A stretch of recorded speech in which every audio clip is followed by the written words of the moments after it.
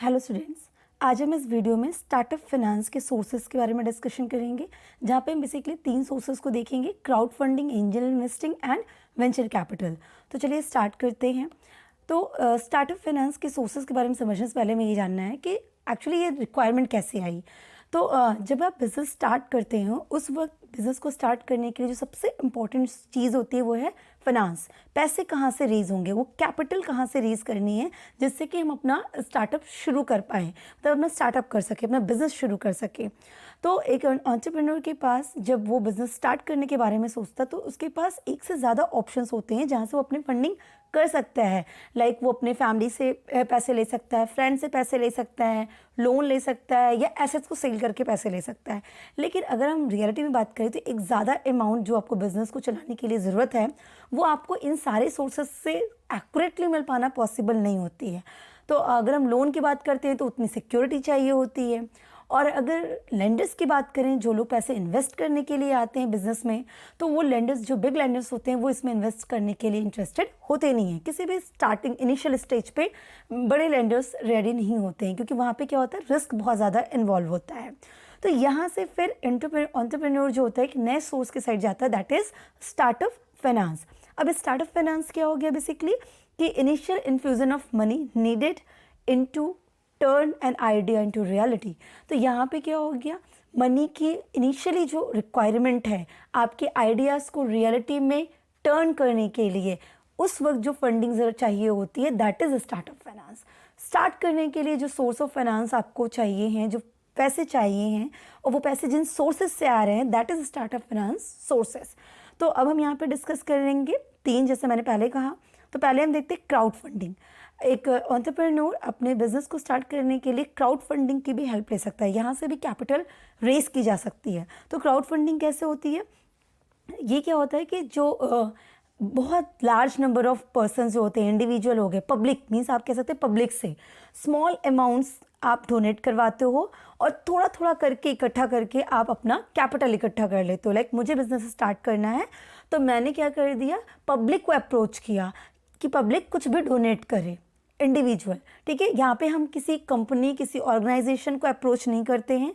यहाँ पे क्या, किसको हम अप्रोच करते हैं, एक इंडिविजुअल्स को, जनरल पब्लिक को अप्रोच कर रहे होते हैं।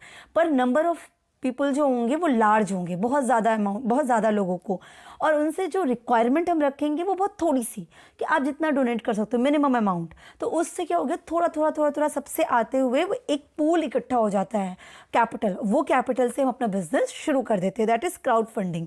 तो ये टिपिकली इंटरनेट वगैरह के थ्रू होता है, और ये इसमें क्या होता है कि ये जो लोग होते हैं जिनसे हमने इकट्ठा किया, उन्हीं को हम कहते हैं इन्वेस्टर। एंड ये क्या करते हैं, थोड़े अमाउंट्स को कंट्रीब्यूट करते हैं उनकी कैपेबिलिटीज़ के अकॉर्डिंग। हम ये नहीं कहते कि आप सभी को मतलब 1-1 लाख रुपया, 50-50 हज़ार रुपया, या 10,000 रुपया, या 20,000 रुपया आप सभी को देना है, ऐसा कोई फिक्स अमाउंट हम नहीं कहते। जिस पर्सन की जितनी कैपेबिलिटी है, वो जितना अमाउंट डोनेट करना चाहे वो उतना डोनेट कर देता है। तो ये एंटरप्रेन्योर के पास आइडियाज़ काफ़ी होते हैं, पर उन आइडियाज़ को फाइनेंस करना बहुत ज़रूरी है। तो यहाँ पे उस आइडियाज़ को हम अप्रोच करते हैं। अब हमारे आइडियाज़ को देख के, हमें देख के कि हाँ भाई ये सही चीज़ है और इस पे पैसे लगाने चाहिए, लोग हेल्प करने को रेडी होते हैं, दैट इज़ क्राउड फंडिंग। या अपने आप वॉलंटरली पैसे लगाने को रेडी हो, और कोई नहीं, ना आप उसमें कोई प्रॉफिट का पोर्शन लेने वाले हो, ना ही आप being an equity share holders बनोगे या डिवेंचर होल्डर बन रहे हो कि हम आपको इन रिटर्न भी कुछ पे करेंगे, ऐसा कुछ भी नहीं। आपने वॉलंटरली पैसा दिया, एक स्मॉल अमाउंट, और वो मेरे पास एज अ कैपिटल इकट्ठा हुआ और हमने उससे बिजनेस स्टार्ट कर दिया। राइट, इंडिया में बहुत पहले भी होता है, और इसको अगर मैं एक नॉर्मल नेम दूं तो दैट इज़ चंदा। जैसे आप लेकिन इंडिया में अगर बात करें एंशिएंट टाइम से, जो ये चंदे का प्रोसेस है वो क्या है, कल्चरल चीज़ें, रिचुअल्स चीज़ों के लिए इकट्ठा किया जाता है। तो जैसे कोई चीज़ शुरू करने, लाइक दुर्गा पूजा वगैरह में हमने देखा हुआ है कि स्टार्ट करना है तो जो जितने लोग इसको लगाना चाहते हैं वो क्या करते हैं, लोगों के पास जाके रिसिप्ट कट करके चंदा इकट्ठा करते हैं। अब सामने वाला पर्सन अपनी इच्छा से वो अमाउंट डोनेट कर रहा होता है। सेम क्राउड फंडिंग है, यहाँ पे मोटिव क्या था, दुर्गा पूजा। ऐसे ही यहाँ पे मोटिव क्या हो जाता है, मतलब वहाँ पे कोई कल्चर, कोई भी रिचुअल्स के लिए हम चंदा इकट्ठा कर रहे होते हैं, और यहाँ पे मोटिव क्या हो गया, मेरा आइडिया जिससे हम अपना बिजनेस लगा रहे हैं, जो बिजनेस की न्यू है, वो उस आइडिया के लिए आप इकट्ठा कर रहे हो, डोनेट कर रहे हो। तो that is all about crowd funding.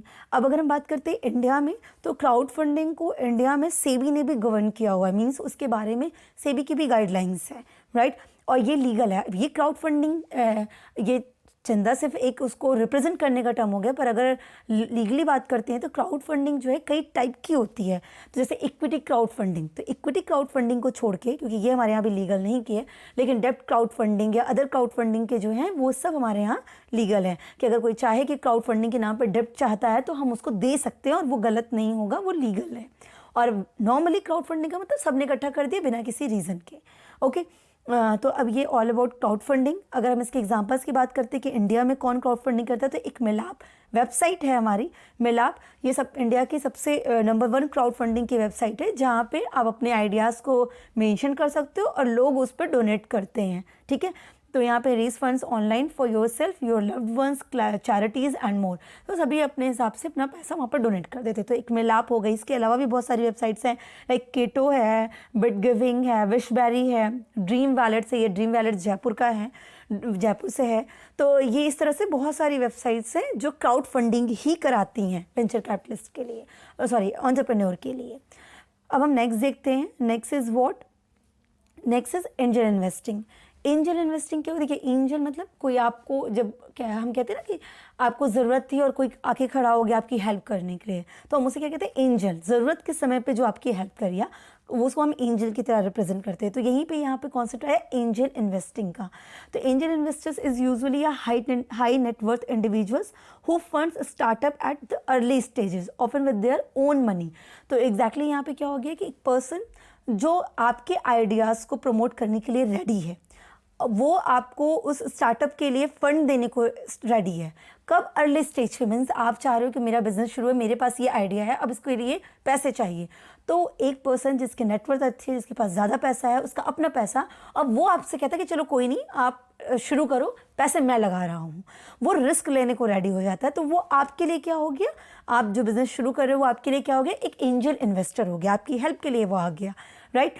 तो ये आया एंजल इन्वेस्टिंग का कॉन्सेप्ट। इसको ही हम कहते हैं प्राइवेट इन्वेस्टर, सीड इन्वेस्टर या एंजल फंडर। इनके बहुत सारे निक नेम हैं, राइट। तो यहाँ पे क्या हो जाता है बेसिकली?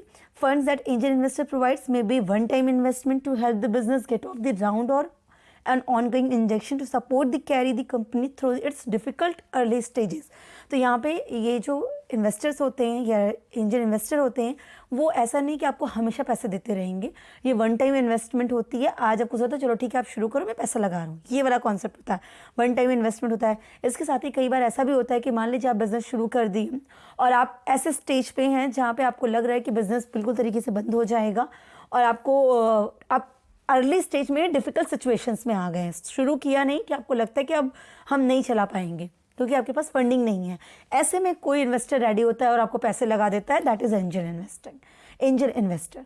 ओके, तो एंजल इन्वेस्टर्स जो कौन लोग हो सकते हैं? तो यहाँ पे ज़रूरी, जैसे क्राउड फंडिंग में बेसिकली कौन होते हैं? पब्लिक होते हैं, इंडिविजुअल होते हैं, वहाँ कंपनीज जनरली नहीं होती हैं। पर यहाँ पे अगर बात करें एंजल इन्वेस्टर की, तो कोई भी हो सकता है, वो इंडिविजुअल हो सकता है, कोई भी एंटिटी हो सकती है, चाहे वो लिमिटेड लायबिलिटी कंपनी हो, कोई बिजनेस हो, कोई ट्रस्ट हो, कोई भी आपके लिए एंजल इन्वेस्टर का काम कर सकती है, राइट। एग्जाम्पल्स की बात करते हैं तो जैसे इंडिया में जो एंजल इन्वेस्टर का वर्क करते हैं, मतलब जिनको एंजल इन्वेस्टर कहा जाता है, जैसे रजन आनंदन है, ये एमडी हैं सिक्विक कैपिटल के। इसी तरह अनुपम मित्तल हैं, वो फाउंडर एंड सीईओ हैं पीपल ग्रुप के। ये इन्हें हम एंजल इन्वेस्टर कहते हैं, इंडिया के एंजल इन्वेस्टर कहते हैं। ऐसे और भी बहुत सारे लोग हैं, राइट। सो अब हम नेक्स्ट जाते हैं, that is venture capital. Venture capital क्या हो गया? देखिए, वेंचर का नाम क्या हो गया? वेंचर मीन्स क्या होता है? जब आप रिस्क लेने को रेडी हैं ना, रिस्क, ऐसा कोई प्रोजेक्ट जहाँ पे आपको लगता है कि उसमें लॉस हो सकता है, अनसर्टेनिटी है उस प्रोजेक्ट में, उसके बाद भी आप उस प्रोजेक्ट में इन्वॉल्व होते हैं, वही टर्म है वेंचर। तो वेंचर कैपिटल मतलब आप एक कैपिटल इकट्ठा कर रहे हो, आप जो कैपिटल लगाने जा रहे हो एक ऐसी जगह लगाने जा रहे हो जहाँ पे रिस्क इन्वॉल्व है, अनसर्टेनिटीज इन्वॉल्व है, राइट। तो बेसिकली यहाँ पे होता कैसे है कि लाइक कोई भी इंडिविजुअल है या कोई बैंक है, कोई इंस्टीट्यूशन है, कोई भी हो सकता है, ये group of individual, group of banks, group of institutions या इंडिविजुअल बैंक इंस्टीट्यूशन, साथ में इनके पास जो उनके अपने फंड्स, एक्स्ट्रा पैसे जो बचे हुए हैं जिनको वो इन्वेस्ट कर सकते हैं, वो क्या करते हैं? उस पूरे पैसे को इकट्ठा करते हैं। कि वो पैसा ये सब क्या करते हैं, जैसे मान लीजिए एक इंडिविजुअल्स है, तो ग्रुप ऑफ इंडिविजुअल्स हैं जो कहते हैं कि हमारे पास एक्स्ट्रा पैसे हैं, इसको कहीं इन्वेस्ट करना है, तो वो क्या किए, जो पैसा इकट्ठा किए 5, 6, 7, 10 लोग मिलके, that is called venture capital fund. या बैंक्स, 2-4 बैंक हैं, उनके पास एक्स्ट्रा फंड है, वो इन्वेस्ट करना चाहती हैं, पर वो इस बार इन्वेस्ट किसी रिस्की प्रोजेक्ट में करना चाहती है, किसी स्टार्टअप में करना चाहती हैं, तो उन्होंने वो पूरा पैसा जो इन्वेस्ट करने के लिए रखा पूरे ग्रुप ने, वो वेंचर कैपिटल फंड कहलाता है।